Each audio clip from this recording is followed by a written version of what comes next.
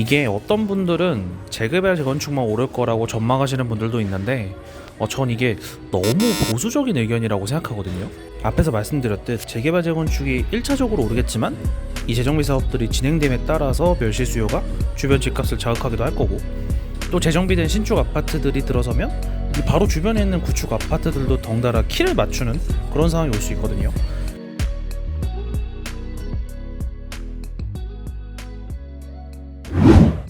안녕하세요 대표님. 오늘은 대선 관련해서 좀 더 자세히 여쭤보고 싶은 게 있어서 이렇게 자리를 한번 마련했는데요. 지난 20대 대선에서 윤석열 후보가 당선됐잖아요. 그래서 윤석열 정부에서 부동산 시장이 어떻게 흘러갈지, 우리는 어떻게 해야 되는지 이런 걸 좀 더 자세히 듣고 싶어가지고요. 지난 영상에서는 사실 저희가 중립적으로 팩트만 다루려고 노력을 했는데 그러면 이번 시간에는 제 개인적인 전망을 좀 더 딥하게 이렇게 한번 풀어보도록 할까요? 먼저 그러면 제가 PD님한테 여쭤보고 싶은데, PD님은 정권이 바뀌면 부동산 시장이 어떻게 될 것 같으세요? 부동산 거래가 좀 풀리고 가격이 전반적으로 그래도 올라가지 않을까요? 윤석열 후보는 기존의 부동산 규제들을 완화하거나 폐지한다는 공약이 좀 많았기도 했고, 또 사람들이 심리도 이걸 따라갈 것 같다? 뭐 그런 생각이 좀 들었어요. 아예 틀린 얘기는 아닌 것 같아요. 기본적으로 윤석열 당선인의 공약 키워드가 규제 완화, 세금 완화 같은 거다 보니까 아무래도 기존에 꽁꽁 얼어있던 부동산 거래가 활성화될 수도 있고, 또 규제 때문에 투자하지 못했던 사람들이 있는데 그런 사람들마저 다시 투자에 뛰어들 수도 있죠.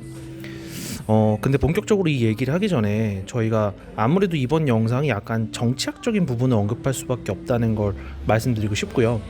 그러면은 과연 윤석열 정부에서는 뭔가 부동산이 혁신적으로 바뀔 것인가? 요게 가장 궁금하신 거죠. 저는 개인적으로 지금하고 큰 변화는 없을 것 같아요. 물론 아예 안 변한다는 얘기는 아니고 방향성이 크게 바뀌지는 않을 거라고 말씀드리는 거고요. 큰 이유 중에 하나가 현 여당인 민주당이 이제 야당이 됐잖아요. 근데 이제 180석은 그대로 가지고 있기 때문이죠. 그래서 당장 어떤 특정한 법안이 통과되기가 굉장히 어려운 구조예요. 왜냐면 그 윤석열 당선인이나 국민의힘에서 아무리 뭔가를 추진하려고 해도 다수의 이제 당인 180석이 이제 그대로 주장을 하게 된다면 또 뭔가를 관철시키기가 굉장히 어려운 구조인 거죠.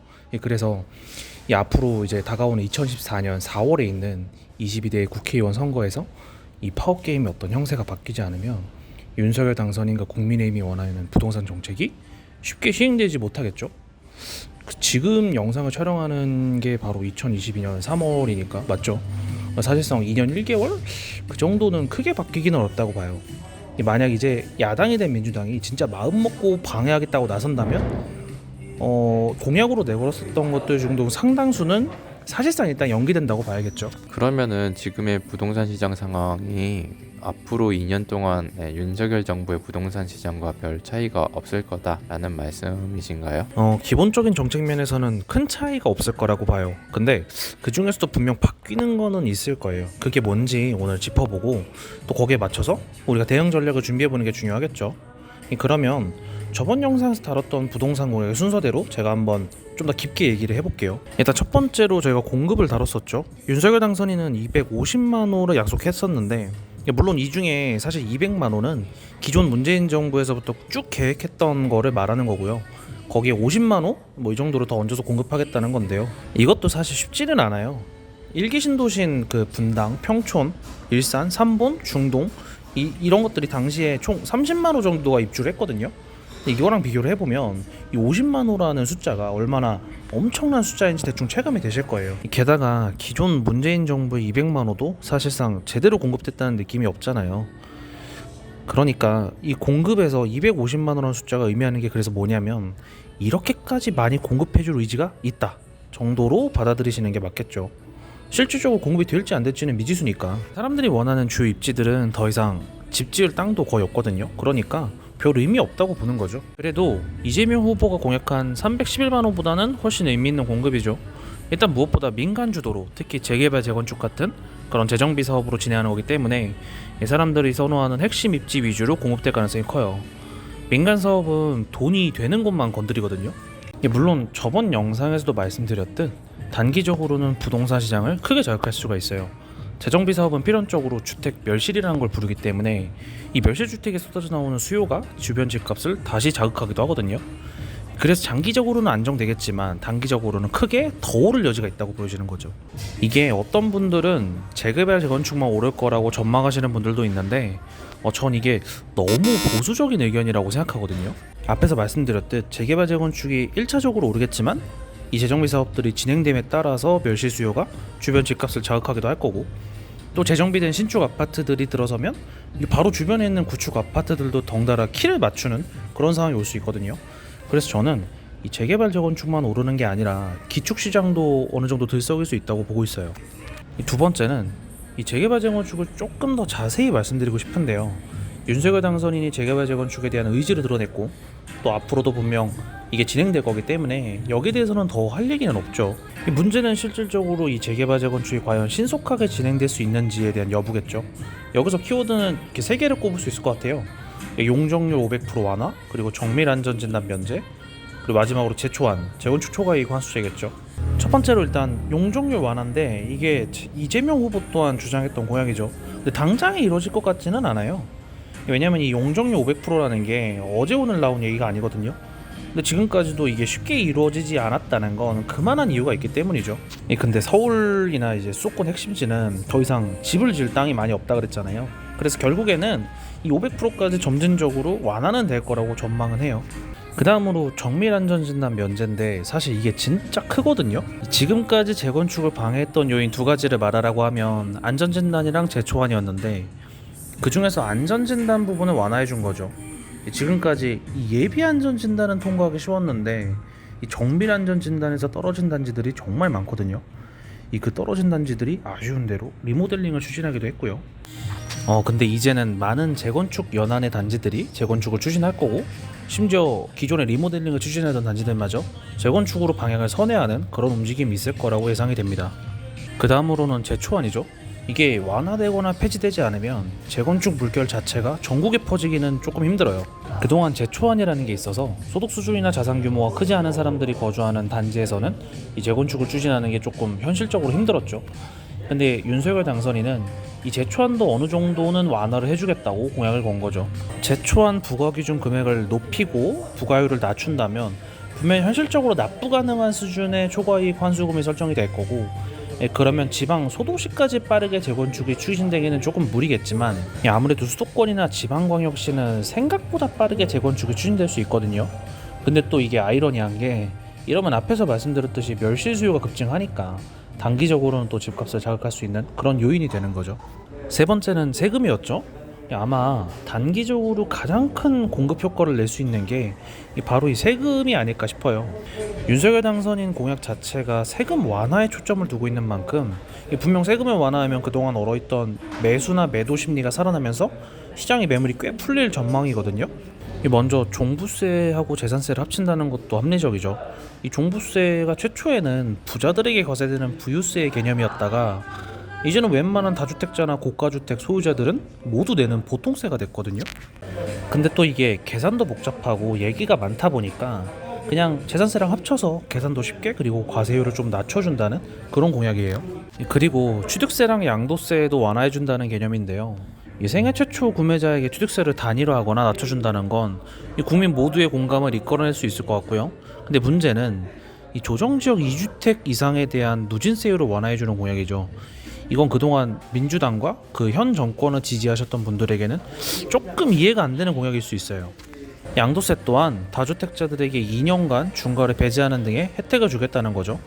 이건 역시 현 정권을 지지하셨던 분들에게는 약간 분노를 일으킬 수 있는 사안이고요. 게다가 임대사업자 제도까지 다시 살려서 이 다주택자들의 임대 물량 제공 기능을 기대하는 그런 분위기입니다. 개인적으로는 저는 이게 시장에 맞는 방향이라고 보고 있고요. 물론 다주택자 중에 전세 사기를 치거나 세입자분들에게 제대로 된 책임을 지지 않는 그런 파렴치한 사람들이 있기는 해요. 그런데 어쨌든 다주택자들은 기본적으로 시장에 이런 전월세들을 공급하는 사람이거든요.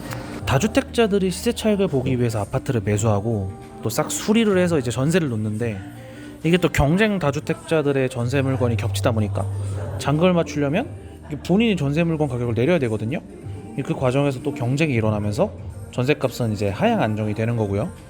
다주택자들이 전세입자들의 전세금을 활용해서 시세 차익을 보는 게 배 아프실 수도 있어요. 근데 어쨌든 그들이 그렇게 투자를 함으로 인해서 세입자분들은 더 저렴한 집에 전세로 거주할 수 있는 환경이 마련되는 거죠. 근데 대표님 말씀처럼 공약대로 세금이 완화되면 투자자들이 너도나도 투자한다고 해서 부동산 가격이 너무 올라가진 않을까요? 처음에는 그런 모습을 보일 수도 있겠죠. 피디님께서 말씀하신 것처럼 부동산 세금이 완화되면 다주택자들이 막 투자를 하겠지만, 근데 그 과정에서 전세 가격은 하향 안정이 되고, 그러면서 먼저 치고 올라갔던 매매 가격이 이제 낮은 전세가율로 인해서 다시 이제 끌어내려져 오는 그런 상황을 맞이하겠죠. 결국 전월세 시장을 안정시키지 못하면 부동산 시장 전체를 안정화하는 게 너무 어려우니까 윤석열 당선인의 이 방향은 맞다고 보고 있습니다. 그 다음으로는 저희가 교통을 다뤘었죠. 근데 교통 부분에서는 저는 사실 얘기할 게 없고요. GTX를 더 빨리 유치하고 노선을 더 만든다고는 하는데, 사실 이 얘기를 하는 것 자체가 지금 시점에서 그다지 건설적이진 않은 것 같아요. 마지막으로 임대차 3법이죠. 윤석열 당선인은 임대차 3법을 유지는 하되 그동안 가장 얘기가 많았던 임대차 2법, 즉 계약갱신 청구권을 없애는 것으로 방향을 잡았죠. 이 기존에 2+2였던 전세 기간을 다시 2년으로 돌린다는 내용이었잖아요. 지난 2020년 7월에 시행됐었던 이 새 임대차법이 올해 7, 8월에 다시 계약이 갱신돼서 돌아오기 때문에 지금 시점에서 이 계약갱신 청구권을 손보는 건 상당히 의미가 있다고 보여요. 만약 이게 가능해진다면 전세가는 조금 더 내려갈 가능성이 크다고 보는데요. 2020년 초만 해도 이게 시들시들했던 그런 전세 가격이 다시 뛰면서 매매가를 자극한 가장 큰 이유 중에 하나가 바로 이 갱신권 때문인데요. 집주인들이 기존에는 2년을 산정한 전세값을 받다가 이제는 새롭게 생긴 갱신권 때문에 이 4년을 산정한 전세값으로 올리기 시작한 거죠. 그러면서 자연스럽게 전세 가격은 뛰기 시작했고 매매 가격을 자극한 거죠. 근데 이 갱신권을 만약 다시 없앨 수만 있다면 집주인들은 다시 기존에 2년만 계산한 전세값을 받으려고 할 테니까 전세 가격은 내려갈 거고 임차인분들의 부담 역시 내려가겠죠. 말씀해주신 대로 진행된다면 지금 당장 부동산 시장이 막 바뀔 것 같다는 생각이 드는데요. 뭔가 좀 조급해지는 것 같아요. 그럴 수 있죠. 근데 제가 영상 처음에 말씀드렸듯이 앞으로 2년간은 의석이 부족하기 때문에 윤석열 당선인과 국민의힘 정당에서 공약을 이렇게 펼치기는 쉽지는 않아 보여요. 그래서 지금 이 영상을 보고 계신 분들도 당장에 막 부동산 가격이 올라갈 것 같다는 조급함 때문에 너무 급하게 움직이시는 것보다 정치적으로 2년간은 무언가 이게 쉽게 바뀌기는 어렵다는 걸 염두에 두시면 좋지 않을까 싶어요. 아마 당분간은 뉴스에서도 집값이 다시 들썩인다느니, 재건축 아파트 호가가 몇 억이 뛰었다느니, 아니면은 뭐 다주택자 투기꾼들이 다시 설친다느니, 이런 말들이 정말 많이 나올 거예요. 근데 부동산은 속도가 일단 느리고, 그리고 방향을 정하면 몇 년간을 움직이기 때문에 이 지난 정권에서 만들어 놓은 결과들이 향후 최소 2, 3년간은 이어질 거거든요.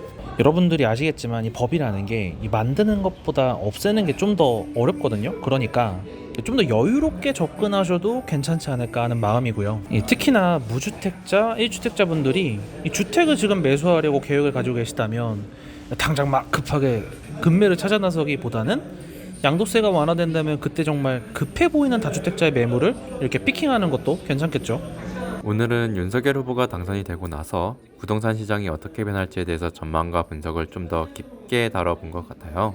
여러분들이 오늘 영상을 참고해 보시고 앞으로 어떻게 움직이실지 생각해 보시면 좋을 것 같네요. 그럼 오늘 영상도 시청해 주셔서 감사하고요. 다음에 더 좋은 영상으로 찾아뵙겠습니다. 감사합니다.